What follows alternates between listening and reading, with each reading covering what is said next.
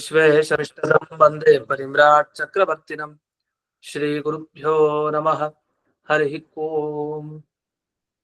श्रियः पत्ते नित्या गणितगुणमाणिक्यविशदप्रभाजालोल्लासोपहत सकलावत्यतमसे जगज्जन्मस्थेमप्रलयरचनाशीलवपुषे नमो शेषाम्नाय स्मृतिहृदयदीप्ताय हरये येन प्रादुरभावि भूमिवनजे विस्तारि गोसन्ततिः प्राबोधिश्रुतिपङ्कजं कर्णया प्रकाशितत्वं परम् ध्वान्तं ध्वंसमनादि साधुनिकरश्चाकारि सन्मार्गगः तेन व्यासदिवाकरेण सततं मात्याजिमेवानसं व्याप्तिर्यस्य निजे निजे नमः सा पक्षे सपक्षे स्थितिः व्यावृत्तिश्च विपक्षतोऽथ विषये सक्तिर्न वैबाधिते नैवास्ति प्रतिपक्षयुक्तिरतुलं श्रुतं प्रमाणं समे भूयात् तत्त्वविनिर्णयाय भगवान् आनन्दतीर्थो मुनिः भवति यदनुभावात्येडमूकोऽपि वाग्मे जडमतिरपि जन्तुर्जायते प्राग्दमौलिः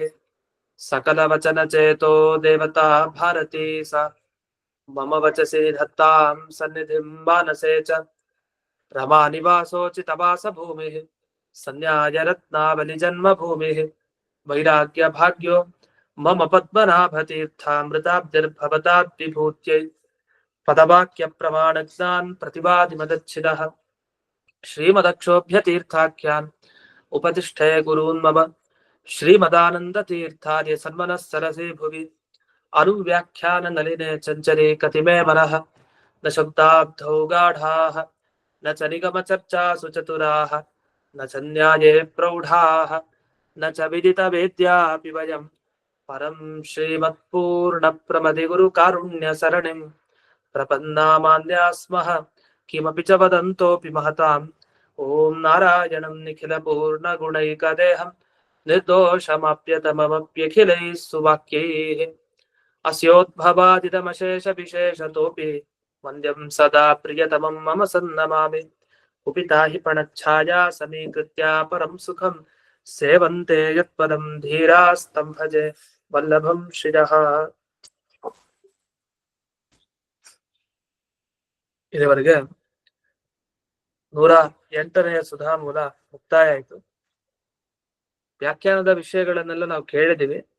ಇದು ಕೂಲಂ ಪಿಪತಿಶತಿ ಅಂತ ಒಂದು ಉದಾಹರಣೆ ಕೊಡ್ತಾರೆ. ಅಂದ್ರೆ ಈಗ ಒಂದು ಬಿಲ್ಡಿಂಗ್ ಕಟ್ಟಿರ್ತಾರೆ ಅಂತ ಇಟ್ಕೊಳ್ಳಿ. ಬಿಲ್ಡಿಂಗ್ ಇನ್ನೇನ್ ಬೀಳ್ಲಿಕ್ಕಿದೆ, ಅಂದ್ರೆ ಅಷ್ಟು ಹಳೆ ಕಾಲದ ಆಗ್ಬಿಟ್ಟಿದೆ. ಅದ್ ನೋಡು ಬೀಳ್ಬೇಕು ಅಂತ ಬಯಸ್ತಾ ಇರೋ ಹಾಗಿದೆ ಅಂತ ಹೇಳ್ತಾರೆ. ಬಯಸ್ತಾ ಇದೆ ಅದ್ ಬೀಳ್ಬೇಕು ಅಂತ. ವಸ್ತುತಃ ಬಿಲ್ಡಿಂಗು ಜಡ ಪದಾರ್ಥ, ಅದೇನ್ ಬೀಳ್ಬೇಕು ಅಂತ ಬಯಸುತ್ತಾ? ಅದಕ್ಕೆ ಇಚ್ಛೆನೇ ಇರಲ್ಲ, ಬಯಕೆ ಅನ್ನೋದೇ ಇರಲ್ಲ. ಆದ್ರೂ ಆ ತರದ ಪ್ರಯೋಗ ಇದೆ, ಆತರ ಮಾತಾಡೋದಿದೆ ಲೌಕಿಕವಾಗಿ. ಕೂಲಂ ಪಿಪತಿಶತಿ ಅಂತ ಹೇಳ್ತೀವಿ. ಕೂಲ ಅಂದ್ರೆ ದಡ.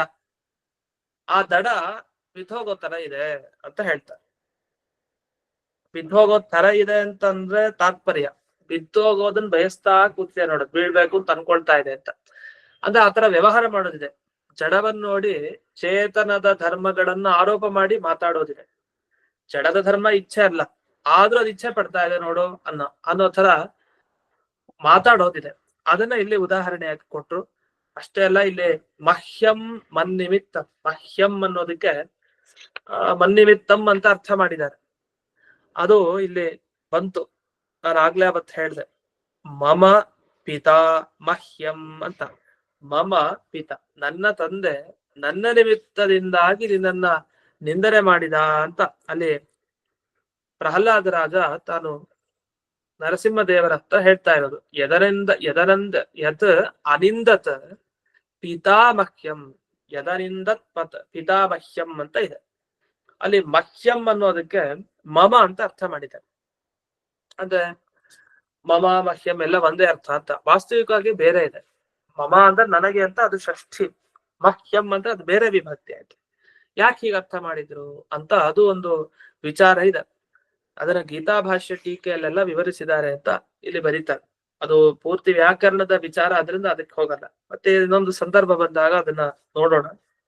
ಅಲ್ಲಿ ಹೇಳೋದಿಷ್ಟೇ, ಮಮ ಅನ್ನೋದಕ್ಕೆ ನೇರವಾಗಿ ಅರ್ಥ ಮಾಡ್ಬೋದಿತ್ತಲ್ಲ, ಮಹ್ಯಂ ಅಂತ ಹೇಳಿ ಯಾಕೆ ನೀವ್ ಅರ್ಥ ಮಾಡ್ತಾ ಇದೀರಿ ಅಂತ ಒಂದು ಪ್ರಶ್ನೆ ಮಾಡ್ಕೊಡ್ತಾರೆ. ಅಂದ್ರೆ ಮಮ ಅನ್ನೋದಕ್ಕೆ ಮಹ್ಯಂ ಅಂತ ಅರ್ಥ ಮಾಡ್ಬಿಟ್ರೆ ಆಗೋಯ್ತಲ್ಲ. ಅದು ಮಹ್ಯಂ ಮನ್ನಿಮಿತ್ತಂ ಅಂತೆಲ್ಲ ಹೀಗೆಲ್ಲ ಯಾಕೆ ಅರ್ಥ ಮಾಡ್ತಾ ಇದೀರಿ? ವ್ಯತ್ಯಾಸಗಳಿರತ್ತೆ. ಈಗ ಚತುರ್ಥಿ ವಿಭಕ್ತಿಯ ಅರ್ಥದಲ್ಲಿ ಷಷ್ಠಿ ವಿಭಕ್ತಿ ಬರುತ್ತೆ ಅಂತ ಹೀಗೆಲ್ಲ ವ್ಯಾಖ್ಯಾನ ಮಾಡ್ಬೋದಲ್ಲ. ಅಂದಾಗ ಇಲ್ಲ, ಅದಕ್ಕೆ ತಂದೆ ಪಿತುಹು ಭಗವನ್ ನಿಂದಾಕರಣೆ ಅಂದ್ರೆ ಭಗವಂತನ ನಿಂದೆಯನ್ನ ತನ್ನ ತಂದೆ ಯಾಕೆ ಮಾಡದ ಅಂತ ಅದಕ್ಕೆ ಕಾರಣ ಸರಿಯಾಗಿ ಕೊಡ್ಬೇಕಲ್ಲ. ನನ್ ತಂದೆ ನಿನ್ ಬಗ್ಗೆ ಬೈದ, ನಿಂದನೆ ಮಾಡ್ದ, ಹಾಗಾಗಿ ಅಪರಾಧ ಮಾಡಿದ್ದಾನೆ, ಅದನ್ನ ಅವ್ನ್ ಕ್ಷಮಿಸು ಅಂತ ಪ್ರಹ್ಲಾದ ರಾಜ ಕೇಳ್ಬೇಕು. ಆದ್ರ ಆ ರೀತಿ ಕೇಳಿದಾಗ ಪ್ರಹ್ಲಾದ ರಾಜನೇ ಕಾರಣ ದೇವರನ್ನ ಬೈಲಿಕ್ಕೆ ಹಿರಣ್ಯಕಶಿಪು ಅಂತ ಹೀಗಾಗ್ಲಿಲ್ಲ. ದೇವರನ್ನ ಯಾಕೆ ಬೈದ ಹಿರಣ್ಯಕಶಿಪು? ಪ್ರಹ್ಲಾದ ನಿಮಿತ್ತದಿಂದ. ಮಗ ಯಾವಾಗ ಹರಿಭಕ್ತಿ ಹರಿಭಕ್ತಿ ಅಂತ 3 ಹೊತ್ತು ಹೇಳ್ತಾ ಇದ್ರೆ ಸಿಟ್ಟು ಬಂದು ಅವ್ನ್ ಬೈಲಿಕ್ಕೆ ಶುರು ಮಾಡ್ತಾನೆ ಹಿರಣ್ಯಕಶಿಪು. ಹಾಗಾದ್ರೆ ಪ್ರಹ್ಲಾದ ರಾಜ ತಾನೇ ಕಾರಣ, ತಂದೆ ದೇವ್ರ ಬಗ್ಗೆ ಅಂದ್ರೆ ನರಸಿಂಹನ ಬಗ್ಗೆ ಬೈಲಿಕ್ಕೆ ತಾನೇ ಕಾರಣ ಅಂತ ಅದನ್ನ ತಿಳಿಸ್ಬೇಕಲ್ಲ. ನನ್ನ ಕಾರಣದಿಂದ ನಿನ್ನನ್ನ ಬೈದಿದ, ನೀವು ನಿಂದನೆ ಮಾಡ್ದ ಅಂತ. ಅದಕ್ಕೋಸ್ಕರ ಏನು ಅಂದ್ರೆ ಈ ಮಮ ಅನ್ನೋದಕ್ಕೆ ಮಹ್ಯಂ ಮನ್ನಿಮಿತ್ತಂ ಅಂತ ಹೀಗೆ ಅದನ್ನ ವ್ಯಾಖ್ಯಾನ ಇಲ್ಲಿ ಮಾಡಿದ್ದಾರೆ. ಆದ್ರಿಂದ ಇದೊಂದು ಪ್ರಮುಖ ಕಾರಣ. ಮತ್ತೊಂದು ಛಾಂದಸ ಅಂದ್ರೆ ಈ ಮಮ ಅನ್ನೋ ಶಬ್ದಕ್ಕೆ ಮಹ್ಯಂ ಅಂತ ಹೀಗೆ ಅರ್ಥ ಏನು ಮಾಡಿದ್ದಾರೆ ಇದು ವೇದದಲ್ಲಿ ಕೂಡುತ್ತೆ. ಆದ್ರೆ ಇದು ಲೌಕಿಕ ಪ್ರಯೋಗ. ಈ ಲೌಕಿಕ ಪ್ರಯೋಗದಲ್ಲಿ ಹೀಗೆಲ್ಲ ಮಾಡ್ಲೋ ಹಾಗಿಲ್ಲ. ಈಗ ನಾವು ಏನೋ ಬಳಸ್ತೀವಿ, ನಾವು ವಾಕ್ಯಗಳನ್ನು ಬಳಸ್ತೀವಿ ಅಂತ ಇಟ್ಕೊಳ್ಳಿ, ಏನೋ ವ್ಯಾಕರಣ ಅಬದ್ಧವಾಗಿ ಬಳಸ್ತೀವಿ ಅಂತ ಇಟ್ಕೊಳ್ಳಿ. ಆಗ ಅಯ್ಯೋ ಇವರೆಲ್ಲ ಆರ್ಷ ಪ್ರಯೋಗ, ಇದು ವೈದಿಕ ಪ್ರಯೋಗ, ನಮ್ ಪ್ರಯೋಗಗಳ ಬಗ್ಗೆ ಹೇಳ್ತಾರ, ನಾವು ಮಾತಾಡೋದು ವೇದ ವಾಕ್ಯಗಳಿಗೆ ಸಮಾನ ಆಗತ್ತ ಮನುಷ್ಯರು? ಇಲ್ಲ. ಅದೇ ಮಧ್ವಾಚಾರ್ಯರು ಪ್ರಯೋಗ ಮಾಡಿದ್ರೆ ಅದು ವೇದ ತುಲ್ಯ, ಅದು ವೇದಕ್ಕೆ ಸಮಾನ. ಅಲ್ಲಿ ಆಚೆ ಈಚೆ ಆಗಿರೋದು ಬೇಕು ಅಂತಾನೆ ಮಾಡಿರ್ತಾರೆ. ಯಾಕಂದ್ರೆ ವೇದ ಪ್ರತಿಪಾದ್ಯ ಆಚಾರ್ಯರವರು, ವೈದಿಕಾಚಾರ್ಯರು ಅದನ್ನ ತಿಳಿಸ್ಬೇಕಾಗಿರುತ್ತೆ.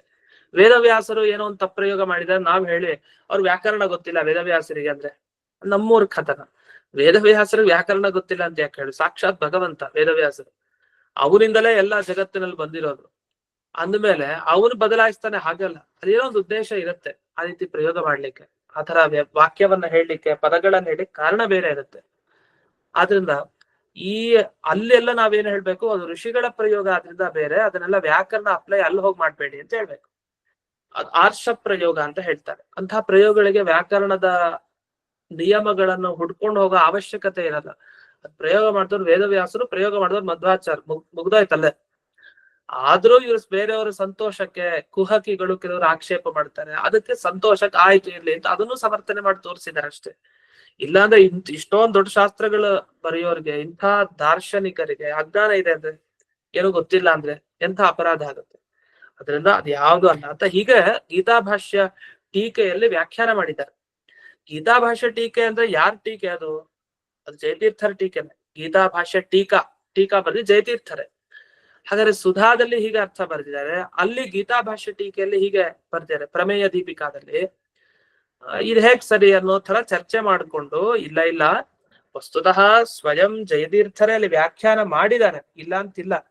ಅಷ್ಟಾದ್ರೂ ಕೂಡ ಇಲ್ಲಿ ಯಾಕೆ ಹಾಗೆ ವ್ಯಾಖ್ಯಾನ ಮಾಡಿದ್ರೆ ಅದಕ್ಕೆ ಬೇರೆ ಕಾರಣ ಉಂಟು.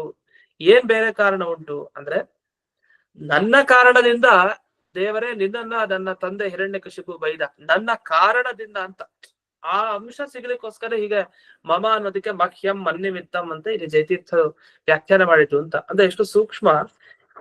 ಇಲ್ಲಿ ಶೇಷವಾಕ್ಯಾರ್ಥ ಚಂದ್ರಿಕಾ ಅನ್ನೋ ಟಿಪ್ಪಣಿ ಇದೆಯಲ್ಲ, ಆ ಟಿಪ್ಪಣಿಯ ವಿಚಾರ ಇದು. ಅಂದ್ರೆ ಬೇರೆ ವಿಷಯಗಳೆಲ್ಲ ನಾವು ನೋಡಿದ್ದೀವಿ, ಇದೊಂದು ಗಮನಿಸಿದಾರೆ ಅವರು ಅಲ್ಲಿ ಗೀತಾಭಾಷ್ಯ ಟೀಕೆಯಲ್ಲಿ ಜಯತೀರ್ಥರು ಹೀಗೆ ಹೇಳಿದ್ರಲ್ವಾ, ಮತ್ತೆ ಇಲ್ಲಿ ಹೇಗೆ ಹೇಳಿದ್ರು ಅಂತ ಜಯತೀರ್ಥರ ಗ್ರಂಥಗಳಲ್ಲೇ ಪರಸ್ಪರ ವಿಮರ್ಶೆ ಮಾಡ್ತಾ ಇದ್ದಾರೆ. ನಾವು ಅದನ್ನ ಮಾಡ್ಬೇಕು ಖಂಡಿತ. ಇದೆಲ್ಲ ವಿಮರ್ಶಕ ಬುದ್ಧಿ, ಟಿಪ್ಪಣಿಕಾರರು ಇದೆಲ್ಲ ತೋರಿಸ್ಕೊಡ್ತಾರೆ ನಮ್ಗೆ. ಈಗ ಮಧ್ವಾಚಾರ್ಯರು ಒಂದ್ ಗ್ರಂಥಲ್ಲಿ ಹೀಗೆ ಹೇಳಿದ್ದಾರೆ, ಮತ್ತೊಂದ್ ಗ್ರಂಥಲ್ಲಿ ಇದೊಂದು ಹೇಳಿದ್ದಾರೆ. ಕೇಳ್ಬೇಕು ಪ್ರಶ್ನೆಗಳನ್ನ, ಆಕ್ಷೇಪ ಮಾಡ್ಬೇಕು. ಆಕ್ಷೇಪಕ್ಕೆ ಉತ್ತರವನ್ನು ನಾವು ಕಂಡು ಹಿಡ್ಕೊಬೇಕು. ಅದನ್ನ ಆಕ್ಷೇಪ ಮಾಡ್ಬೇಕಾದ್ರೆ ಒಂದ್ ಎಚ್ಚರದಲ್ಲಿ ಇರ್ಬೇಕು, ಏನು ನಮ್ಗೆ ಸರಿಯಾಗಿ ಅರ್ಥ ಆಗಿದ್ಯಾ ಪಂಕ್ತಿ ಎರಡು ಸರಿಯಾಗಿ ಅರ್ಥ ಮಾಡ್ಕೊಂಡು ಕೇಳ್ಬೇಕು ಅಷ್ಟೇ. ಇದನ್ನೆಲ್ಲ ವಿಮರ್ಶೆ ಮಾಡ್ದಷ್ಟು ನಮ್ಗೆ ಹೊಸ ಅರ್ಥ ಗೊತ್ತಾಗತ್ತೆ. ಆದ್ರಿಂದ ಇವರು ಒಂದು ಹೊಸದಾಗಿ ನಮಗ್ ಕೊಟ್ಟಿದ್ದಾರೆ ಶೇಷವಾಕ್ಯ ಟಿಪ್ಪಣಿಯಲ್ಲಿ. ಅದನ್ನ ವಿವರಣೆ ಮಾಡೇ ಆಗೋಯ್ತು ಬಿಡಿ, ಅದ್ರದ್ದು. ಇದು ಮುಂದಕ್ಕೆ ಹೋಗೋಣ. ವಿದ್ಯಾಧಿಕರಣ ಅಂತ ಇದು ಹೊಸ ಅಧಿಕರಣ ಪ್ರಾರಂಭ ಆಯ್ತು. ಇದು ಬರುವಂತ ಬ್ರಹ್ಮಸೂತ್ರ ಓಂ ವಿದ್ಯೈವತು ನಿರ್ಧಾರಣಾತ್ ಓಂ ಅಂತ. ವಸ್ತುತಃ ಮೊದಲನೇದು ಒಂದು ಆಕ್ಷೇಪ ಮಾಡ್ಕೊಳ್ತಾರೆ ಜಯತೀರ್ಥರು 109ನೇ ಸುಧಾಮೂಲ. ಯದ್ಯಪಿ ಇದಂ ಅಧಿಕರಣಂ ಅನುಬಂಧಾದಿಭ್ಯ ಇತ್ಯತಃ ಪೂರ್ವಂ ತಥಾಪಿ ಉಪಾಸನಾ ಸ್ವರೂಪ ಅವಗಮೇ ಸತ್ಯೇವ ತತ್ ಸಾರ್ಥಕ್ಯ ಸಮರ್ಥನಸ್ಯ ಅವಸರೋ ನಾನ್ಯಥಾ ಇತಿ ವ್ಯುತ್ಕ್ರಮೇಣ ವ್ಯಾಖ್ಯಾತಂ. ಅಲ್ಲ, ಅನುಬಂಧಾಧಿಕರಣ ಮೊದಲು ಹೇಳಿ ಆಮೇಲೆ ವಿದ್ಯಾಧಿಕರಣ ಹೇಳ್ತೀರಲ್ಲ, ಇದು ಸರಿ ಇಲ್ವಲ್ಲ? ಯಾಕೆ ಅಂದ್ರೆ ಮೊದಲು ವಿದ್ಯಾಧಿಕರಣದ ಬಗ್ಗೆ ಹೇಳ್ಬೇಕು. ಯಾಕೆ ಅನುಬಂಧಾಧಿಕರಣಕ್ಕಿಂತ ಮೊದಲೇ ಬರುತ್ತೆ ವಿದ್ಯಾಧಿಕರಣ. ಈ ತರ ವ್ಯತ್ಯಾಸವನ್ನ ಸುಮಾರು ಮಾಡ್ತಾರೆ ಮಧ್ವಾಚಾರ್ಯರು. ಯಾಕೆ ಹೀಗ್ ಮಾಡ್ತಾರೆ? ಅದ್ರಲ್ಲೇನೋ ಒಂದು ಕಾರಣ ಇರುತ್ತೆ. ಯಾಕಂದ್ರೆ ಬ್ರಹ್ಮಸೂತ್ರದಲ್ಲಿ ವೇದವ್ಯಾಸರು ಯಾವ ಪ್ರಕಾರ ಬ್ರಹ್ಮಸೂತ್ರಗಳು ಬರ್ದಿರ್ತಾರೋ ಅದೇ ಪ್ರಕಾರ ಒಂದಾದ್ಮೇಲೆ ಇವರು ವ್ಯಾಖ್ಯಾನ ಮಾಡ್ಬೇಕು. ಆದ್ರೆ ಮಾಡಲ್ಲ ಹಾಗೆ. ಎಷ್ಟೋ ಕಡೆ ಮುಂದಿದ್ದದನ್ನ ಹಿಂದೆ ಹೇಳೋದು, ಹಿಂದಿದ್ದದನ್ನ ಮುಂದೆ ಹೇಳೋದು. ಯಾಕೆ ಹೀಗ್ ಮಾಡ್ತಾರೆ? ಅದಕ್ಕೊಂದು ಕಾರಣ ಕಂಡುಹಿಡಿಬೇಕಲ್ಲ. ಆ ಕಾರಣವನ್ನೆಲ್ಲ ಜೈತೀರ್ಥರು ಸಪ್ರಮಾಣವಾಗಿ ಅದನ್ನ ನಿರೂಪಣೆ ಮಾಡಿ ಹೋಗ್ತಾರೆ. ಹಾಗಾದ್ರೆ ಏನಾಯ್ತು ಈಗ ಪ್ರಶ್ನೆ? ಅನುಬಂಧಾಧಿಕರಣ ಅಂತ ಏನ್ ಹಿಂದೆ ಬಂತು, ಅದಕ್ಕಿಂತ ಮುಂಚೆನೆ ಇದ್ರ ಬಗ್ಗೆ ಹೇಳ್ಬೇಕು. ವಿದ್ಯಾಧಿಕರಣದ ಬಗ್ಗೆ ಯಾಕೆ ಹೇಳಲಿಲ್ಲ ಅಂತ ಪ್ರಶ್ನೆ. ಅದ್ ಹಾಗಲ್ಲ. ಇದ್ರ ಅಭಿಪ್ರಾಯ ಹೀಗಿದೆ. ಈಗ ಧ್ಯಾನ ಉಪಾಸನ ಅಂದ್ರೆ ಏನು ಸರಿಯಾಗಿ ಗೊತ್ತಾಗ್ಬೇಕು. ಅದು ಸರಿಯಾಗಿ ಗೊತ್ತಾದಾಗ ಮಾತ್ರ ಅವಾಗ ಅದು ಸಾರ್ಥಕನೋ ನಿರರ್ಥಕನೋ, ಅದ್ ಆ ರೀತಿ ಉಪಾಸನೆ ಮಾಡೋದಕ್ಕೆ ಫಲ ಇದೆಯೋ ಇಲ್ವೋ ಅನ್ನೋ ವಿಚಾರ ಬರುತ್ತೆ. ಇದಾದ್ರೆ ಬರೋದೇ ಇಲ್ಲ. ಈ ಅನುಬಂಧಾದಿಭ್ಯ ಅನ್ನೋದ್ರಲ್ಲೆಲ್ಲ ಏನ್ ತೋರಿಸ್ಕೊಟ್ರು ಕೊನೆಗೆ ಅಂದ್ರೆ ಈ ಉಪಾಸನೆ, ಧ್ಯಾನ ಅಂದ್ರೆ ಏನು, ಉಪಾಸನೆ ಅಂದ್ರೆ ಏನು ಸ್ಪಷ್ಟವಾಗಿ ಹೇಳಿದ್ರು. ಅಷ್ಟಾದ್ಮೇಲೆ ಕೆಲವು ಪ್ರಶ್ನೆ ಬರುತ್ತೆ. ಆ ಪ್ರಶ್ನೆಗೆ ಉತ್ತರ ಕೊಡ್ಲಿಕ್ಕೆ ಈ ವಿಷಯಗಳಿದೆ ಈ ಅದು ವಿದ್ಯಾಧಿಕರಣದಲ್ಲಿ. ಇದ್ರ ಮೊದಲೇ ಹೇಳ್ಬಿಟ್ರೆ ತಪ್ಪಾಗತ್ತೆ. ಯಾಕೆಂದ್ರೆ ಧ್ಯಾನ ಅಂದ್ರೆ ನಾವೇನ್ ತಿಳ್ಕೊಂಡಿದೀವಿ, ಮನಸ್ಸಿನಿಂದ ಕಣ್ಮುಚ್ಕೊಂಡು ಒಂದಿಷ್ಟು ಹೊತ್ತು ಕೂತ್ರೆ ಧ್ಯಾನ. ಅಲ್ಲ, ಈ ಧ್ಯಾನ ಅಲ್ವೇ ಅಲ್ಲ. ಅವ್ರೇನ್ ಹೇಳಿದ್ರು ಧ್ಯಾನ ಅಂದ್ರೆ? ಅದಕ್ಕೆ ಬರೀತಾರೆ ಇಲ್ಲಿ ಪರಿಮಳ ಟಿಪ್ಪಣಿಯನ್ನ ಗಮನಿಸಿ. ರಾಯರು ಬರೀತಾರೆ, ಭಕ್ತ್ಯಾದಿ ರೂಪ ಯಮ ಶಬ್ದಿತ ಅಂಗ ಸಹಿತ ಮೇವ ಉಪಾಸನಂ ಫಲಜನಕಂ ನಾಣ್ಯತ. ಇದು ಚೆನ್ನಾಗಿ ಅರ್ಥ ಆಗ್ಬೇಕು. ಇದು ಅರ್ಥ ಆದ್ರೆ ಒಬ್ಬೊಬ್ರು ಒಂದೊಂದು ನಮಗ್ ಪ್ರಶ್ನೆ ಮಾಡ್ತಾರೆ ಪ್ರತಿವಾದಿಗಳು ಬಂದು. ಆಗ ನಾವು ಅವ್ರಿಗೆ ಉತ್ತರ ಕೊಡ್ಲಿಕ್ಕೆ ಸರಿ ಹೋಗುತ್ತೆ. ಇಲ್ಲ ಮೊದಲೇ ಹೇಳ್ಬಿಟ್ರೆ ಆಗ ಸರಿ ಹೋಗಲ್ಲ. ಒಂದು ವಿಷಯ ಕ್ಲಿಯರ್ ಆಗಿ ಮುಗಿಸಿ ಅದಾದ್ಮೇಲೆ ಪ್ರತಿಯೊಬ್ರು ಏನು ಪೂರ್ವ ಪಕ್ಷಿಗಳು ಪ್ರಶ್ನೆ ಕೇಳ್ತಾರೆ ಅದಕ್ಕೆ ಉತ್ತರ ಹೇಳ್ತಾ ಹೋಗ್ಬೇಕು. ಏನ್ ಅರ್ಥ? ಉಪಾಸನೆ ಎಂಥದ್ದು? ಭಕ್ತಿ, ಹಾಗೆ ವಿಷಯ ಸಂಸರ್ಗ ವರ್ಜನ ಅಂತೆಲ್ಲ ಏನೇನೇನು ಯಮ ನಿಯಮ ಎಲ್ಲ ಇದೆ. ಇದೆಲ್ಲ ಕೂಡ್ಕೊಂಡು ಮಾಡಿದ್ರೆ ಅಂತ ಧ್ಯಾನ ಫಲಕ್ಕೆ ಕಾರಣ. ಇಲ್ಲ ಅಂದ್ರೆ ಇಲ್ಲ ಅಂತ ಇಷ್ಟ ಹೇಳಿದ್ರು. ಇದ್ರ ಮೇಲೆ ಒಂದು ಪ್ರಶ್ನೆ ಮಾಡ್ಕೊಂಡು ಹೋಗ್ತಾರೆ ಪೂರ್ವ ಪಕ್ಷಿ, ಇದು ಸರಿ ಇಲ್ಲ ಇದು ಸರಿ ಇಲ್ಲ ಅಂತ. ಅದು ಮಾಡ್ಲಿಕ್ಕೆ ಒಂದು ಸಿದ್ಧಾಂತ ಹೇಳ್ಬೇಕಲ್ಲ, ನಮ್ ಪಕ್ಷ ಇಷ್ಟೋ ಅಂತ ಬಾಯ್ಬಿಟ್ಟು ಸರಿಯಾಗಿ ಹೇಳ್ಬೇಕಲ್ಲ. ಅದಕ್ಕೆ ಏನ್ ಮಾಡಿದ್ರು, ನಮ್ಮ ಪಕ್ಷ ಹೀಗೆ ಅಂತ ತಿಳಿಸ್ಲಿಕ್ಕೋಸ್ಕರ ಮೊದಲು ಅನುಬಂಧ ಅಧಿಕರಣ ಹಾಕ್ಬಿಟ್ರು. ಆಗ ಸ್ಪಷ್ಟ ಆಗೋಯ್ತು, ಓ ಧ್ಯಾನ ಅಂದ್ರೆ ಇಷ್ಟೇ ಅಂತ. ಅದಾದ್ಮೇಲೆ ಈ ವಿದ್ಯಾಧಿಕರಣಕ್ಕೆ ಬಂದ್ರೆ ತೊಂದರೆ ಇಲ್ಲ. ಅದಕ್ಕೋಸ್ಕರ ವಿಷಯಗಳನ್ನ ಹೇಳ್ಬೇಕಾದ್ರೆ ಮನಸ್ಸಲ್ಲಿ ಬೇಕಾದಷ್ಟು ವಿಷಯ ಇರುತ್ತೆ, ಗೊತ್ತಿರೋದ್ ಬೇಕಾದಷ್ಟು ಇರುತ್ತೆ. ಆದ್ರೆ ಯಾವ ವಿಷಯವನ್ನ ಯಾವ ಟೈಮ್ ನಲ್ಲಿ ಹೇಳಿದ್ರೆ ಅರ್ಥ ಆಗ್ಬೋದು, ಯಾವಾಗ ಹೇಳಿದ್ರೆ ಸರಿ ಹೋಗುತ್ತೆ ಅನ್ನೋದು ವ್ಯಾಖ್ಯಾನಕಾರನ ದೃಷ್ಟಿ. ಆದ್ರಿಂದ ಆ ದೃಷ್ಟಿನ ಇಟ್ಕೊಂಡು ಮಧ್ವಾಚಾರ್ಯ ಏನ್ ಮಾಡಿದ್ರು, ಅವರು ಮೊದಲಿಗೆ ಅದನ್ನ ವ್ಯಾಖ್ಯಾನ ಮಾಡಿದ್ರು. ಮತ್ ಬ್ರಹ್ಮಸೂತ್ರದಲ್ಲಿ ಯಾಕೆ ಹೀಗ್ ಮಾಡಿದ್ರು? ಅದಕ್ಕೆಲ್ಲದಕ್ಕೂ ಉತ್ತರ ಕೊಡ್ತಾರೆ. ಪ್ರತಿಯೊಂದಕ್ಕೂ ಉತ್ತರ ಇದೆ. ಅದನ್ನ ಯಾರು ಸರಿ ಇಲ್ಲ ಅಂತ ಹೇಳೋ ಹಾಗಿಲ್ಲ. ಇದೇ ಬೇರೆ ಮತದವ್ರು ಯಾರು ಇದ್ರೆ ವೇದವ್ಯಾಸರಿಗಿಂತ ದೊಡ್ಡವರು ಅಂತ ಹೇಳ್ಬಿಡ್ತಾರೆ. ಆದ್ರೆ ಹಾಗಿಲ್ಲ. ಆಚಾರ್ಯರು ಅವ್ರು ವೇದವ್ಯಾಸರ ಶಿಷ್ಯರು, ವೇದವ್ಯಾಸರು ಸಾಕ್ಷಾತ್ ಭಗವಂತ, ಅವನ ಭಕ್ತರು ನಾವೆಲ್ಲ. ಅಲ್ಲಿಂದ ಎಂದಿಗೂ ಬ್ರಹ್ಮಸೂತ್ರದ ವಿರೋಧವನ್ನ ಶಂಕಿಸೋ ಹಾಗಿಲ್ಲ. ಆದ್ರೆ ವಿವಕ್ಷೆ ಹೀಗಿದೆ. ಈ ಅಭಿಪ್ರಾಯ ಇಟ್ಕೊಂಡು ಇಲ್ಲಿ ವ್ಯಾಖ್ಯಾನವನ್ನ ಆಚಾರ್ಯರು ಮಾಡಿದ್ದಾರೆ ಅಂತ. ಅದನ್ನ ಹೇಗೆ ಅಂತ ಈಗ ನೋಡ್ತಾ ಹೋಗೋಣ. ಅಲ್ಲಿ ಶ್ರೀನಿವಾಸ ತೀರ್ಥರ ಟಿಪ್ಪಣಿಲಿ ಒಂದು ಹೇಳಿದ್ದಾರೆ. ಏನ್ ಹೇಳಿದ್ದಾರೆ ಅಂದ್ರೆ, ಯಮಾದ್ಯಂಗಾನ ಉಪಾಸನಾ ಸ್ವರೂಪ ಉಪಕಾರಕ ಅಂಗತ್ವೋಕ್ತ್ಯ ಯಮಾದಿಜನ್ಯಂ ದಾನಜನಕಂ ಉಪಾಸನಂ. ಅಂದ್ರೆ ಈ ಯಮ ನಿಯಮಾದಿಗಳು ಯಾಕೆ ಬೇಕಾಗಿತ್ತು ಅಂದ್ರೆ ಉಪಾಸನಾ ಹುಟ್ಲಿಕ್ ಬೇಕು. ಆಮೇಲೆ ಉಪಾಸನಾ ಮಾಡಿದ ಮೇಲೆ ದೇವರ ಅಪರೋಕ್ಷ ಜ್ಞಾನ ಆಗತ್ತೆ ಅಷ್ಟೇ. ಯಮ ನಿಯಮಾದಿಗಳೆಲ್ಲ ನೇರ ನಿಮ್ಗೆ ದೇವರ ಅಪರೋಕ್ಷ ಜ್ಞಾನ ತಂದು ಕೊಡಲ್ಲ. ಅವುಗಳೆಲ್ಲ ಏನ್ ಮಾಡತ್ತೆ ಅಂದ್ರೆ ಅವುಗಳು ನಿಮ್ಗೆ ಧ್ಯಾನ ಮಾಡ್ಕೊಡ್ಲಿಕ್ಕೆ ಅನುಕೂಲ ಮಾಡ್ಕೊಡತ್ತೆ. ಅದಾದ್ಮೇಲೆ ನೀವು ಆ ಧ್ಯಾನ ಮಾಡಿದ್ಮೇಲೆ ದೇವರನ್ನು ನೀವು ಕಾಣ್ತೀರಿ, ಅಪರೋಕ್ಷ ಜ್ಞಾನ ನಿಮ್ಗೆ ಉಂಟಾಗತ್ತೆ. ಇಷ್ಟು. ಆದ್ರಿಂದ ಮೊದಲು ಉಪಾಸನೆಯ ಬಗ್ಗೆ ಹೇಳಿದ್ವಿ. ಸರಿ, ಇಷ್ಟೆಲ್ಲ ಸರಿ. ಇಲ್ಲಿ ಯಾಕೆ ಹೇಳಿದ್ರಿ ಹೀಗೆ ಅಂದ್ರೆ ತಥಾಪಿ ಅಂತ ಉತ್ತರ ಕೊಟ್ಟಲ್ಲ. ಅದಕ್ಕೆ ಶೇಷವಾಕ್ಯಾರ್ಥ ಚಂದ್ರಿಕಾದಲ್ಲಿ ಅದಕ್ಕೆ ವಿವರಣೆಯನ್ನ ಮಾಡ್ತಾರೆ. ಪ್ರಕರಣ ಶುದ್ಧಾವೇವ ಪ್ರಮೇಯಂ ಸುಗ್ರಹಂ ಭವತಿ ಇತ್ಯತಃ ಕ್ರಮಭಂಗ. ಬ್ರಹ್ಮಸೂತ್ರ ಮೊದಲಿಗಿರೋದು ವಿದ್ಯಾಧಿಕರಣ, ಓಂ ವಿದ್ಯೇವತ ನಿರ್ಧಾರಣಾದ್ ಓಂ, ಆಮೇಲೆ ಓಂ ಅನುಬಂಧಾದಿಭ್ಯ ಓಂ. ಆದ್ರೆ ಮೊದಲು ಆಚೆ ಈಚೆ ಮಾಡಿದ್ ಯಾಕೆ ಅಂದ್ರೆ ಯಾವತ್ತು ಒಂದು ಪ್ರಕರಣ ಶುದ್ಧಿ ಆದ್ರೆ ಮಾತ್ರ ಪ್ರಮೇಯವನ್ನ ಚೆನ್ನಾಗಿ ತಿಳ್ಕೊಳ್ಲಿಕ್ಕೆ ಸಾಧ್ಯ ಅಂತ ಒಂದು ನಿಯಮ ಇದೆ. ಅಂದ್ರೆ ಅಭಿಪ್ರಾಯ. ಪ್ರಕರಣ ಅಂತಂದ್ರೆ ಒಂದ್ ಬಗ್ಗೆ ಒಂದು ಚಾಪ್ಟರ್ ನಡೀತಾ ಇರುತ್ತೆ, ಒಂದ್ ವಿಷಯ ಇಟ್ಕೊಂಡು ಚರ್ಚೆ ನಡೀತಾ ಇರುತ್ತೆ. ಅದನ್ನ ಮುಗಿಸ್ಬೇಕು ಕ್ಲೀನಾಗಿ ಮುಗಿಸಿದ್ರೆ ಸರಿಯಾಗಿ. ಅದಾದ್ಮೇಲೆ ಚೆನ್ನಾಗಿ ಜ್ಞಾನ ಬರುತ್ತೆ ಮುಂದಕ್ಕೆ. ಇವಾಗ ಧ್ಯಾನದ ಬಗ್ಗೆ ಹೇಳ್ತಾ ಇರ್ತಾರೆ, ಧ್ಯಾನದ ಬಗ್ಗೆ ಹೇಳ್ತಾ ದ್ವೀರ್ ಅಂತ ಚಾರ್ವಾಕ ಹೀಗೆ ಆಕ್ಷೇಪ ಮಾಡ್ತಾನೆ, ಬುದ್ಧ ಹೀಗೆ ಆಕ್ಷೇಪ ಮಾಡ್ತಾನೆ, ಬೌದ್ಧರು ಹಾಗೆ ಜೈನರು ಹೀಗೆ ಆಕ್ಷೇಪ ಮಾಡ್ತಾರೆ ಅನ್ಬಿಟ್ರೆ ಇನ್ನು ವಿಷಯನೇ ಮುಗ್ದಿಲ್ವಲ್ಲ, ಮದ್ಬದ್ಧಕ್ಕೆ ಆಕ್ಷೇಪ ಮಾಡ್ತಾ ಇದ್ರೆ ಅದನ್ನ ಒಂದು ವಿಷಯ ಕ್ಲೀನ್ ಆಗಿ ಮುಗಿಸಿ ಅದಾದ್ಮೇಲೆ ಒಂದೊಂದೇ ತಗೊಳ್ತಾರೆ. ಹಾಗಾಗಿ ಪ್ರಕರಣ ಶುದ್ಧಿ ಆಗ್ಬೇಕು ಅಂತ ಹೇಳ್ತಾರೆ.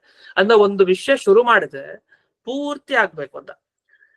ಯಾವಾಗ ವಾಕ್ಯಾರ್ಥ ಮಾಡ್ಬೇಕಾದ್ರೆ ಅರ್ಧಂಬರ್ಧ ಆಗ್ಬಿಟ್ರೆ ಅವ್ನ್ ಪ್ರಶ್ನೆ ಕೇಳೋ ಇವ್ರು ಸರಿ ಹೋಗಲ್ಲ, ಅದು ಸರಿ ಹೋಗಲ್ಲ, ಎಲ್ಲ ಅರ್ಧಂಬರ್ಧ ಆಗ್ಬಿಡುತ್ತೆ. ಅದು ಆಗ್ಬಾರ್ದು ಅಂತ ಹೇಳಿ ಕ್ರಮವಾಗಿ ತಿಳ್ಕೊಂಡು ಹೋಗ್ಬೇಕು ಅನ್ನೋದನ್ನ ಬಿಟ್ಟು ಕ್ರಮಭಂಗವನ್ನ ಇಲ್ಲಿ ಮಧ್ವಾಚಾರ್ಯರು ಮಾಡಿದ್ದಾರೆ ಅಂತ. ಯಾಕಂದ್ರೆ ಉಪಾಸನೆ ಅಂದ್ರೆ ಏನು ಅಂತಾನೆ ತೀರ್ಮಾನ ಆಗದೆ ಇದ್ರೆ ಯಾವ ವಿಚಾರಕ್ ಮುಂದೆ ಅವಕಾಶನೇ ಇಲ್ಲ. ಮೊದಲು ನಿಮ್ ಪಕ್ಷ ಹೇಳಿ ದೇವ್ರ ಇದಾನ ಇಲ್ವಾ, ಅದು ದೇವ್ರ ಬಗ್ಗೆ ಒಂದಿಷ್ಟು ಕತೆ ಹೊಡೆದ ಹಾಗೆ ಹೀಗೆ ಮಹಿಮೆ ಅದು ಎಲ್ಲ ಹೇಳ್ತಾ ಇದಾನೋ ಇಲ್ವೋ ಅದನ್ನ ಹೇಳಿ, ಇದಾನೋ ಇಲ್ವೋ ಅಂತ ಹೇಳಿದ್ರೆ ಆಗ ನಮ್ ವಿಚಾರ ಶುರು. ಆಕ್ಷೇಪ ಅಲ್ಲಿವರೆಗೆ ಬರ್ಲೇ ಇಲ್ಲ, ಮಧ್ಯಗಿಲ್ಲ ದೇವ್ರ ಮಹಿಮೆ ಹಂಗ್ ಸರಿ ಇಲ್ಲ ಹಿಂಗ್ ಸರಿ ಇಲ್ಲ ಅಂತ ಹೇಳ್ತಾ ಹೋದ್ರೆ ಅದ್ ಸರಿಯಲ್ಲ. ಮೊದಲು ಒಬ್ಬನಿಗೆ ಪೂರ್ಣ ತನ್ನ ಪಕ್ಷ ಏನು ಅಂತ ಹೇಳಿಕ್ ಬಿಟ್ಬಿಡ್ಬೇಕು, ಅವ್ನು ಪೂರ್ಣ ಹೇಳಿ ಮುಗಿಸ್ತಾರೆ, ಆಮೇಲೆ ಮತ್ತೆ ಆಕ್ಷೇಪ ಮಾಡ್ಲಿಕ್ಕೆ ಶುರು ಮಾಡ್ತಾರೆ. ಆ ತರ ಇಲ್ಲಿ ಆಚಾರ್ಯರು ಅದನ್ನ ಆಶ್ರಯಿಸಿದ್ದಾರೆ ಅಂತ. ಇದು ಮುಂದಕ್ಕೆ ಹೋಗೋಣ. ತಥಾಹಿ ಅದನ್ನ ಬಿಡಿಸ್ತಾರೆ ಯಾಕೆ ಅಂತ. ನ ಭಗವದ್ ಉಪಾಸನಂ ಕರ್ತವ್ಯಂ ವೈಯರ್ಥ್ಯ. ನೋಡಿ ಈಗ ಚಾರ್ವಾಕನ ಆಕ್ಷೇಪಕ್ಕೆ ಬರ್ತಾರೆ. ಈ ಚಾರ್ವಾಕನ ಮತವನ್ನ ಮನಸ್ಸಲ್ಲಿ ಇಟ್ಕೊಂಡು ಮಾತಾಡ್ತಾರೆ. ಚಾರ್ವಾಕ ಅಂದ್ರೆ ವಸ್ತುತಃ ವಾದಿರಾಜರು ಒಂದ್ ಕಡೆ ಹೇಳ್ತಾರೆ, ಚಾರ್ವಾಕಸ್ಯ ನ ವಾಕ್ ಚಾರ್ವಿ ಅಂತ. ಚಾರು ವಾಕ್ಯಸ್ಯ ಅಂದ್ರೆ ಒಳ್ಳೆ ಮಾತುಗಾರಿಕೆ ಯಾರ ಹತ್ರ ಇರುತ್ತೋ ಅವ್ನ್ ಚಾರ್ವಾಕ ಅಂತ. ವಸ್ತು ಒಳ್ಳೆ ಮಾತುಗಾರಿಕೆ ಅಲ್ಲ, ವಾಚಾಳಿತನ ಅಂತಾರೆ, ಮೋಸ ಮಾಡೋದು, ವಂಚನೆ ಮಾಡುವಂತ ಮಾತನಾಡೋ ತುಂಬಾ ಚೆನ್ನಾಗ್ ಆಡ್ತಾನೆ, ಅವ್ನ್ ಚಾರ್ವಾಕ. ಇವ್ರಿಗೆ ಬೃಹಸ್ಪತ್ಯಾಚಾರ್ಯರು ಮೂಲ, ಅವ್ರ ಮತಕ್ಕೆ ಬೃಹಸ್ಪತ್ಯಾಚಾರ್ಯರ ಚಾರ್ವಾಕ ಮತದ ಮೂಲ ಪ್ರವರ್ತಕರು. ಯಾಕೆ ಬೃಹಸ್ಪತ್ಯಾಚಾರ್ಯ ಹೀಗ್ ಮಾಡಿದ್ರು? ದೇವತಾ ಗುರು ಅವರು ದೇವತೆಗಳ ಮೇಲೆ ನಂಬಿಕೆ ಅಲ್ವಾ, ಅವರೇ ದೇವತೆ ತಾನೆ. ಮತ್ತೆ ಈ ಚಾರ್ವಾಕ ನೋಡಿದ್ರೆ ಏನೂ ಇಲ್ಲ, ಬರೀ ಕಣ್ಣಕ್ ಕಾಣೋದ್ ಮಾತ್ರ, ಮಿಕ್ಕಿದೇನು ಇಲ್ಲ ಅಂತ ಹೇಳೋನು, ನಾಸ್ತಿಕ ಅತ್ಯಂತ. ಇಂಥವನು ಮತ ಪ್ರವರ್ತಕರಾಗಿ ಬೃಹಸ್ಪತ್ಯಾಚಾರ್ಯ ಹಾಕಿದ್ದಾರೆ, ಅಲ್ಲಿ ಆಜ್ಞೆ ಆಗಿತ್ತು, ಅದಕ್ಕೆ ಅವ್ರು ಮಾಡಿದ್ರೆ ಅಷ್ಟೇ, ಅಸುರ ಜನ ವ್ಯಾಮೋಹಕ್ಕೋಸ್ಕರ ಮಾಡಿದ್ರು ಅವರು ಬೃಹಸ್ಪತ್ಯಾಚಾರ್ಯರು. ಅದು ಅವರೇ ಈ ಚಾರ್ವಾಕ ಮತ ಮೂಲ ಪ್ರವರ್ತಕರು, ಅದೊಂದು ತಲೆಯಲ್ಲಿ ಇಟ್ಕೊಳ್ಬೇಕು. ವಾದಿರಾಜರು ಖಂಡನೆ ಮಾಡ್ತಾ ಹೇಳ್ತಾರೆ, ಚಾರ್ವಾಕನ ಮಾತು ಚಾರು ಆಗಿಲ್ಲ. ಚಾರು ಅಂದ್ರೆ ತುಂಬಾ ಸುಂದರ ಮನೋಹರ ಅಂತ ಸಂಸ್ಕೃತದಲ್ಲಿ ಅರ್ಥ. ಚಾರ್ವಾಕನ ಮಾತು ನ ಚಾರ್ವಿ, ಚೆನ್ನಾಗಿಲ್ಲ ಅಂತ ಹೇಳ್ತಾರೆ, ತುಂಬಾ ಸೊಗಸಾಗಿ ಪ್ರಾಸಬದ್ಧವಾಗಿ ಹೇಳ್ತಾರೆ. ಇವರು ಆಕ್ಷೇಪ ಇರಿದ್ರೆ ಉಪಾಸನೆ ಮಾಡ್ಬೇಕು ಅಂತ ಇದುವರೆಗೆ ಹೇಳಿದ್ರೆ ಯಾಕೆ ಮಾಡ್ಬೇಕು ಅಂತ ಪ್ರಶ್ನೆ ಮಾಡೋದು. ಏನ್ ಮಾಡಿದ್ರೆ ಏನ್ ಪ್ರಯೋಜನ? ವ್ಯರ್ಥ. ನಾವು ಹೇಳ್ತಾ ಇರ್ತೀವಲ್ಲ, ಏನ್ ಮಾಡಿದ್ ಇದ್ ಯಾಕೆ ಮಾಡ್ಬೇಕು? ವ್ಯರ್ಥ. ಇದ್ ಯಾಕೆ ಮಾಡ್ಬೇಕು? ವ್ಯರ್ಥ. ಹಂಗೆ ಅವನ ಆಕ್ಷೇಪ, ದೇವರ ಧ್ಯಾನ ಮಾಡ್ಬೇಕು, ಉಪಾಸನೆ ಯಾಕೆ ಮಾಡ್ಬೇಕು? ವ್ಯರ್ಥ ಅಂತ ಪ್ರಶ್ನೆ. ವ್ಯರ್ಥ ಏನಲ್ಲ, ಗಂಟಾಂಗಟ್ಲೆ ಕೂತ್ರೆ ಧ್ಯಾನಕ್ಕೆ ದೇವರು ಕಾಣ್ತಾನೆ, ಅವನ್ ಸಾಕ್ಷಾತ್ಕಾರ ಪ್ರಯೋಜನ ಅಲ್ವಾ, ಅದನ್ನ ಮುಂದೆ ಹೇಳ್ತಾರೆ. ನಜ ಸಾಕ್ಷಾತ್ಕಾರಾರ್ಥಂ ಅಲ್ಲ, ಉಪಾಸನೆ ಮಾಡೋದು ವ್ಯರ್ಥ ಅನ್ಬೇಡಿ. ನಾವು ಗಂಟಾಂಗಟ್ಲೆ ಕೂಡ ದೇವರನ್ನ ಕಾಣ್ಲಿಕ್ಕೆ, ದೇವರ ಅಪರೋಕ್ಷ ಜ್ಞಾನ ಆಗ್ಲಿಕ್ಕೆ, ಸುಮ್ನೆ ಹೀಗೆ ಕೂತ್ರೆ ದೇವರನ್ನ ನೋಡ್ಲಿಕ್ಕೆ ಆಗತ್ತಾ? ಆಗಲ್ಲ. ಹಾಗಾದ್ರೆ ಸಾಕ್ಷಾತ್ಕಾರಕ್ಕೋಸ್ಕರ ಉಪಾಸನೆ ಬೇಕು. ಹಾಗಾದ್ರೆ ಉಪಾಸನೆಯ ಪ್ರಯೋಜನ ಏನು? ದೇವರ ಸಾಕ್ಷಾತ್ಕಾರನೇ ಪ್ರಯೋಜನ. ಅಯ್ಯೋ ಅದು ವ್ಯರ್ಥನೆ, ವಿತಂಡವಾದ ಆಯ್ತು. ಏನ್ ಕೇಳಿದ್ರು ವ್ಯರ್ಥ ವ್ಯರ್ಥ ಅಂತ ಹೋಗ್ತಾರೆ. ಸಾಕ್ಷಾತ್ಕಾರ, ದೇವರ ಸಾಕ್ಷಾತ್ಕಾರ ಏನಾಗಬೇಕಾಗಿದೆ ಈಗ? ಅದು ವ್ಯರ್ಥ. ತಸ್ಯಾಪಿ ವ್ಯರ್ಥತ್ವ ಅಂತ ಹೇಳ್ತಾರೆ. ಇಲ್ಲ ಹಾಗಲ್ಲ, ದೇವರ ಸಾಕ್ಷಾತ್ಕಾರ ಆಗಬೇಕು. ಯಾಕೆ ಅಂದ್ರೆ ಮೋಕ್ಷ ಬೇಕಲ್ಲ. ಈಗ ನೀವು ಉಪಾಸನೆ ಮಾಡೋದು ವ್ಯರ್ಥ, ಸಾಕ್ಷಾತ್ಕಾರ ವ್ಯರ್ಥ ಅನ್ಬೇಡಿ. ಯಾಕೆಂದ್ರೆ ಸಾಕ್ಷಾತ್ಕಾರ ಮಾಡ್ಕೊಂಡ್ರೆ ಆಗ ಮೋಕ್ಷ ಸಿಗತ್ತೆ, ಮೋಕ್ಷನೇ ಪ್ರಯೋಜನ ಅದಕ್ಕೆ. ಹಾಗಾಗಿ ಈ ಸಾಕ್ಷಾತ್ಕಾರ ವ್ಯರ್ಥ ಅಲ್ಲ ಅಂತ. ನಚ ಮೋಕ್ಷ ಪ್ರಯೋಜನ ಸೌ ಇತಿ ವಾಚ್ಯಂ. ಅವಾಗ ಹೇಳ್ತಾರೆ, ಚಾರ್ವಾಕ ದಿಶಾ ಮೋಕ್ಷಸ್ಯೈವ ಅಭಾವ. ಯಾರು ಹೇಳಿದ್ ನಿಮ್ಗೆ ಮೋಕ್ಷ ಇದೆ ಅಂತ? ಮೋಕ್ಷ ಇದ್ರೆ ತಾನೇ ದೇವ್ರ ಸಾಕ್ಷಾತ್ಕಾರ ಆಗ್ಬೇಕು, ಮೋಕ್ಷ ಅನ್ನೋದೇ ಇಲ್ಲ ಅಂತ ಅಂದ. ಸರಿ ಹೋಯ್ತು, ಏನ್ ಕೇಳಿದ್ರು ಇಲ್ಲ, ಒಂದ ವ್ಯರ್ಥ. ಇದು ಚಾರ್ವಾಕ, ನಾಸ್ತಿಕರು ಹಾಗೆ ಮಾತಾಡುದು. ಈ ಲೋಕದಲ್ಲಿ ನಾವೇನ್ ಅಂತೀವಿ ಬುದ್ಧಿಜೀವಿಗಳು ಅಂತ, ಏನೇನ್ ಮಾತಾಡ್ತಾರೆ ಹಾಗೆ. ಎಲ್ಲ ಇದು ವ್ಯರ್ಥ, ಅದ್ ವ್ಯರ್ಥ, ಆಮೇಲೆ ಇದಿಲ್ವೇ ಇಲ್ಲ, ಹಾಗೆ ಹೀಗೆ ಇಷ್ಟೇ. ಆ ಯುಕ್ತಿಗಳು ಸರಿ ಇರಲ್ಲ, ಕಾರಣ ಕೊಡೋದು ಸರಿ ಇಲ್ಲ. ಸುಮ್ನೆ ಒಂದ್ ವ್ಯರ್ಥ ಅಂತ ಒಂದ್ ಪದ ಇಟ್ಕೊಂಡ್ಬಿಡೋದು, ಇನ್ನೊಂದು ಏನು ಇಲ್ಲ ಅಂತ ಇಟ್ಕೊಂಡ್ಬಿಡೋದು, ಎರಡು ಇಟ್ಕೊಂಡು ಹಾಗೆ ಮಾತಾಡ್ತಾ ಹೋಗ್ತಾ ಇರೋದು, ಇಷ್ಟೇ. ಇದು ಬುದ್ಧಿಜೀವಿಗಳು. ಹಾಗೆ ಇಲ್ಲಿ ಚಾರ್ವಾಕ ದಿಶಾ ಮೋಕ್ಷ ಸೇವಾ ಭಾವ. ಅಂದ್ರೆ ಚಾರ್ವಾಕನ ಪ್ರಕಾರ ಮೋಕ್ಷ ಅನ್ನೋದೇ ಇಲ್ಲ. ಅಂದ್ರೆ ಒಂದು ಪರಲೋಕ ಮೇಲ್ ಹೋಗೋದು, ಅಲ್ಲೇನೋ ಮೋಕ್ಷ ಯಾವುದು ಇಲ್ಲ. ಅವನೇನಂದ್ರೆ ಸಾಲ ಮಾಡಾರು, ಅದು ಸಾಲ ಮಾಡಬೇಕಂತೆ, ಅದು ಮಾಡಿ ಆದ್ರೂ ಕೂಡ ತುಪ್ಪವನ್ನು ತಿನ್ಬೇಕು. ಅದನ್ನೇ ಅವನ ಮಾತೇ ಇದು, ಚಾರ್ವಾಕನ ಮಾತು. ಋಣಂ ಕೃತ್ವ ಘೃತಂ ಪಿಬೇತ್ ಅಂತ. ಇದು ಚಾರ್ವಾಕನ ಸಿದ್ಧಾಂತ. ಅದರಿಂದ ಏನ್ ಬೇಕಾದ್ರೂ ಮಾಡೋ, ಇರೋದು ಒಂದ್ ಜನ್ಮ, ಆರಾಮಾಗಿ ಇದ್ಬಿಡು ಅಂತ. ಈ ತರ ಏನೇನು ಇಂದಿನ ಯುಗದಲ್ಲಿ ಮಾತುಗಳು ಬರ್ತಾ ಇದೆ, ಎಲ್ಲ ಮಾತುಗಳು ಮೂಲ ಪ್ರವರ್ತಕರೇ ನಾಸ್ತಿಕ ಮತ, ಚಾರ್ವಾಕ ಮತ, ಮೂಲ ಬೃಹಸ್ಪತಿ ಅಂತ ಅಸುರ ಜನ ವ್ಯಾಮೋಹಕ್ಕೋಸ್ಕರ ಮಾಡಿತ್ತು. ಇಷ್ಟು ಸರಿ. ಮೋಕ್ಷ ಇಲ್ಲ ಅಲ್ಲ, ಚಾರ್ವಾಕ ಯಾಕೆ ನೀವು ಅವನು ತಗೊಳ್ತಾ ಇದ್ರಿ? ಬಿಟ್ಬಿಡಿ, ಬೇರೆ ಮತದವನು ತಗೊಳ್ಳಿ. ಮೋಕ್ಷ ಒಪ್ಪಿದಾರೆ ತಾನೆ ಬೇರೆಯವರು. ಭಾವೇವ ಜೈನಾದಿ ಮತಾನುಸಾರೇಣ ಸಾಧನಾಂತರ ಸಾಧ್ಯತ್ವ. ಆಯ್ತು, ಒಪ್ಪೋಣ, ಮೋಕ್ಷವನ್ನು ಒಪ್ಪೋಣ. ಆದ್ರೆ ಒಪ್ಪಿದ್ರು ನೀವ್ ಹೇಳೋ ತರ ದೇವ್ರ ಸಾಕ್ಷಾತ್ಕಾರ ಮಾಡ್ಕೊಂಡು ಮೋಕ್ಷಕ್ಕೆ ಹೋಗೋದ್ ಬೇಕಾಗಿಲ್ಲ. ಅದಕ್ ಸಾಕ್ಷಾತ್ಕಾರ ಬೇಡ, ಮೋಕ್ಷ ತಾನೇ ಬೇಕು. ಅದ್ ಬೇರೆ ಕಾರಣದಿಂದ ಆಗತ್ತೆ. ಯಾರು ಕೊಡ್ತಾರೆ ಮೋಕ್ಷ? ಆದ್ರೆ ಜೈನಾದಿ ಮತ ಅನುಸಾರೇಣ. ಜೈನ್ರಿಲ್ವಾ ಈಗ? ಜಿನನನ್ನೇ ಆಶ್ರಯಿಸ್ಕೊಂಡಿರೋ ಜೈನ್ರು, ಮಹಾವೀರ, ಆ ಮಹಾವೀರನ ಅನುಯಾಯಿಗಳು ಜೈನ್ರು ಏನಿದ್ದಾನೆ, ಅವರು ದೇವರ ಸಾಕ್ಷಾತ್ಕಾರದಿಂದ ಮೋಕ್ಷ ಆಗತ್ತೆ ಅಂತ ಒಪ್ಪಲ್ಲ. ಮೋಕ್ಷ ಒಪ್ಪಿದಾರ ಅವರು, ಆದ್ರೆ ದೇವರ ಸಾಕ್ಷಾತ್ಕಾರದ ಅವಶ್ಯಕತೆ ಇರಕ್ಕೆ ದೇವರನ್ನೇ ಒಪ್ಪಿಲ್ಲ ಅವರು. ಅವರು ತೀರ್ಥಂಕರರನ್ನು ಒಪ್ಪಿರೋರು. 24 ತೀರ್ಥಂಕರರನ್ನು ಒಪ್ಪಿದ್ದಾರೆ. ಅವರು ಮೋಕ್ಷಕ್ಕೆ ಹೋಗ್ತಾ ಇರ್ತಾರೆ. ಒಬ್ಬೊಬ್ರೆ ಆ ಸೀಟಿಗೆ ಬರ್ತಾರೆ, ಆ ಸೀಟಿನಿಂದ ಮುಂದೆ ಮುಕ್ತರಾಗ್ತಾ ಹೋಗ್ತಾರೆ. ಹೇಗೆ? ಅವ್ರ ಪ್ರಕಾರ ಕೃಷ್ಣ ರಾಮರು ಕೂಡ ಅವ್ರ ಸಿದ್ಧಾಂತದಲ್ಲಿ ಕೃಷ್ಣ ಅಂತ ಇದ್ದಾನೆ, ಒಬ್ಬ ರಾಮ ಅಂತ ಇದ್ದಾನೆ, ಇಲ್ಲ ಅಂತೇನಿಲ್ಲ. ಆದ್ರೆ ಆ ಕೃಷ್ಣನಿಗೆ ಮೋಕ್ಷ ಆಗತ್ತೆ ಯಾವಾಗ ಅವನು ಈ ತೀರ್ಥಂಕರನಾಗ್ ಬಂದು ಮುಂದೆ ಸಾಧನೆ ಮಾಡ್ಕೊಂಡು ಹೋದ್ರೆ ಅವನು ಸಿದ್ಧ ಪುರುಷ ಆಗ್ತಾನೆ. ಸಿದ್ಧ ಪುರುಷರು ಬೇಕಾದಷ್ಟು ಜನ ಇರ್ತಾರೆ. ಅಂದ್ರೆ ಅವರ ಸಿದ್ಧಾಂತದಲ್ಲಿ ಒಬ್ಬ ದೇವರು ಅಂತ ಇಲ್ಲ, ತೀರ್ಥಂಕರರೇ ಅಷ್ಟೇ, ಅವ್ರಿಗೆ ಪ್ರಾಧಾನ್ಯ ಕೊಟ್ಟಿದ್ದಾರೆ. ಅಂಥವ್ರು ದೇವರ ಸಾಕ್ಷಾತ್ಕಾರದಿಂದ ಮೋಕ್ಷ ಹೋಗ್ತಾರ? ಅವ್ರು ಒಪ್ಪಲ್ಲ ಹಾಗೆ. ಆದ್ರೆ ಮೋಕ್ಷ ಅಂತೂ ಒಪ್ಪಿದಿರ್ತಾರೆ. ಸಾಕು, ಅದು ಆ ಸಾಧನೆಯನ್ನೇ ಇಟ್ಕೊಳ್ಳೋಣ ಅಂತ ಹೀಗೆ ಪ್ರಶ್ನೆ ಮಾಡ್ಕೊಂಡು ಮುಂದಕ್ಕೆ ಹೋಗ್ತಾರೆ. ಬಹಳ ಚೆನ್ನಾಗಿ ಅಧಿಕರಣದ ರಚನೆ ಮಾಡಿದ್ದಾರೆ ಯಾರು? ಜಯತೀರ್ಥರು. ಪ್ರತಿಯೊಂದನ್ನು ಖಂಡನೆ ಮಾಡ್ತಾ ಹೋಗ್ತಾರೆ. ಯಾರ್ದು ಸರಿ ಇಲ್ಲ, ಇದು ಸರಿಯಾದ ಮಧ್ವಾಚಾರ ಮತ ಮಾತ್ರ. ಈ ಅಧಿಕರಣದಲ್ಲೇ ನಮ್ಮ ಗುರುಗಳು ಕೂಡ ಹೇಳ್ತಾ ಇದ್ರು, ಪೇಜಾವರ ಸ್ವಾಮಿಗಳು ದೊಡ್ಡವರು. ಈ ಅಧಿಕರಣದಲ್ಲಿ ಒಂದು ವಿಚಾರ ಬರುತ್ತೆ. ಆ ವಿಚಾರ ಇಟ್ಕೊಂಡು, ಇದನ್ನ ಮುಂಚೆನೂ ಒಂದ್ಸರಿ ಯಾವಲ್ಲೋ ಹೇಳಿದ್ದೆ, ಯಾವ ಪಾಠದಲ್ಲೂ ಆ ವಿಷಯವನ್ನ ಇಟ್ಕೊಂಡು ಯಾವ ಮತ ಇದೆಯೋ ಆ ವಾಕ್ಯಾರ್ಥ ಗೋಷ್ಠಿಯಲ್ಲಿ ದೊಡ್ಡ ವಿದ್ವಾಂಸರು, ಅದ್ವೈತದ ವಿದ್ವಾಂಸರೇ ಅಂಥವ್ರು ಬಂದಾಗ ಈ ಒಂದು ವಿಷಯ ಇಟ್ಕೊಂಡು, ಅದು ಈ ಅಧಿಕರಣದಲ್ಲೇ ಬರೋ ವಿಚಾರ, ಮತ್ತೆ ಜಿಜ್ಞಾಸಾಧಿಕರಣ ಅಂತ ಮೊದಲನೇ ಅಧಿಕರಣ ಅಲ್ಲಿ ಬರುವಂತಹ ವಿಷಯ, ಈ ಎರಡು ವಿಷಯ ಇಟ್ಕೊಂಡು ಅದ್ರಲ್ಲಿ ಮುಖ್ಯವಾಗಿ ಈ ಭಾಗಕ್ಕೆ ಬಂದಾಗ ಹೇಳಿದ್ದೆ ನಮಗ್ ಪಾಠದಲ್ಲಿ. ಈ ವಿಷಯವನ್ನು ಇಟ್ಟುಕೊಂಡು ಅವ್ರು ಅದನ್ನ ಖಂಡನೆ ಮಾಡಿದ್ರು. ಮಧ್ವ ಸಿದ್ಧಾಂತ ಅದು ತತ್ವ ಸಿದ್ಧಾಂತ, ಆಚಾರ್ಯರ ಕೊಡುಗೆ ಏನು ಅಂದ್ರೆ ಅದು ಇಲ್ಲಿ ಅಂತ. ಎಲ್ರಿಗೂ ಸರಳವಾದ ವಿಷಯ ಅದು, ಅದು ಚೆನ್ನಾಗಿ ಗೊತ್ತಾಗತ್ತೆ. ಅದು ಅತ್ಯಂತ ಕಠಿಣ ವಿಷಯನೂ ಕೂಡ ಹೌದು, ತಿಳ್ಕೊಳ್ಬೇಕಾದ ಪ್ರಮುಖ ವಿಷಯ. ಅದನ್ನ ಈ ಅಧಿಕಾರದಲ್ಲಿ ಮುಂದಕ್ಕೆ ಬರುತ್ತೆ. ನಮ್ಮ ಮತ ಹೇಳುವಂತ ಸಂದರ್ಭದಲ್ಲಿ ಅದು ಬರುತ್ತೆ. ಮೊದಲಿಗೆ ಇನ್ನೊಬ್ರು ಮತ ಹೇಳ್ತಾರೆ, ಖಂಡನೆ ಮಾಡ್ತಾರೆ, ಇದ್ ಸರಿ ಇಲ್ಲ, ಇದ್ ಸರಿ ಇಲ್ಲ, ಎಲ್ಲ ಒಂದೊಂದು ಕಾರಣ ಕೊಡ್ತಾ ಹೋಗ್ತಾರೆ. ಅದೇನೇನು ಅನ್ನೋದನ್ನ ಮತ್ತೆ ನಾಳೆ ದಿವಸ ಮುಂದುವರಿಸೋಣ ಅಂತ ಹೇಳ್ತಾ, ಇಂದಿನ ಪಾಠವನ್ನ ಅಸ್ಮನ್ ಗುರುವಂತರ್ಗತ ವ್ಯಾಸತೀರ್ಥ ಗುರುವಂತರ್ಗತ ಭಾರತೀಯ ರಮಣ ಮುಖ್ಯ ಪ್ರಾಣಾಂತರ್ಗತ ಶ್ರೀಮನ್ ಮೂಲ ಗೋಪಾಲಕೃಷ್ಣನಿಗೆ ಅರ್ಪಣೆಯನ್ನು ಮಾಡ್ತೇನೆ. ಶ್ರೀಕೃಷ್ಣ ಅರ್ಪಣ. ನಮಸ್ಕಾರ ಗುರುಗಳೇ, ಧನ್ಯವಾದ. ನಮಸ್ಕಾರ ಆಚಾರ್ಯ. ನಮಸ್ಕಾರ ಶ್ರೀಮದ್ವೇಶ. ನಮಸ್ಕಾರ ಗುರುಗಳೇ, ನಾಳೆ ಮಣಿಮಂಜರಿ ಪಾಠ ಇದೆ ಅಲ್ಲ ಗುರುಗಳೇ? ಹಾ, ಇದೆ. ನಮಸ್ಕಾರ ಆಚಾರ್ಯ.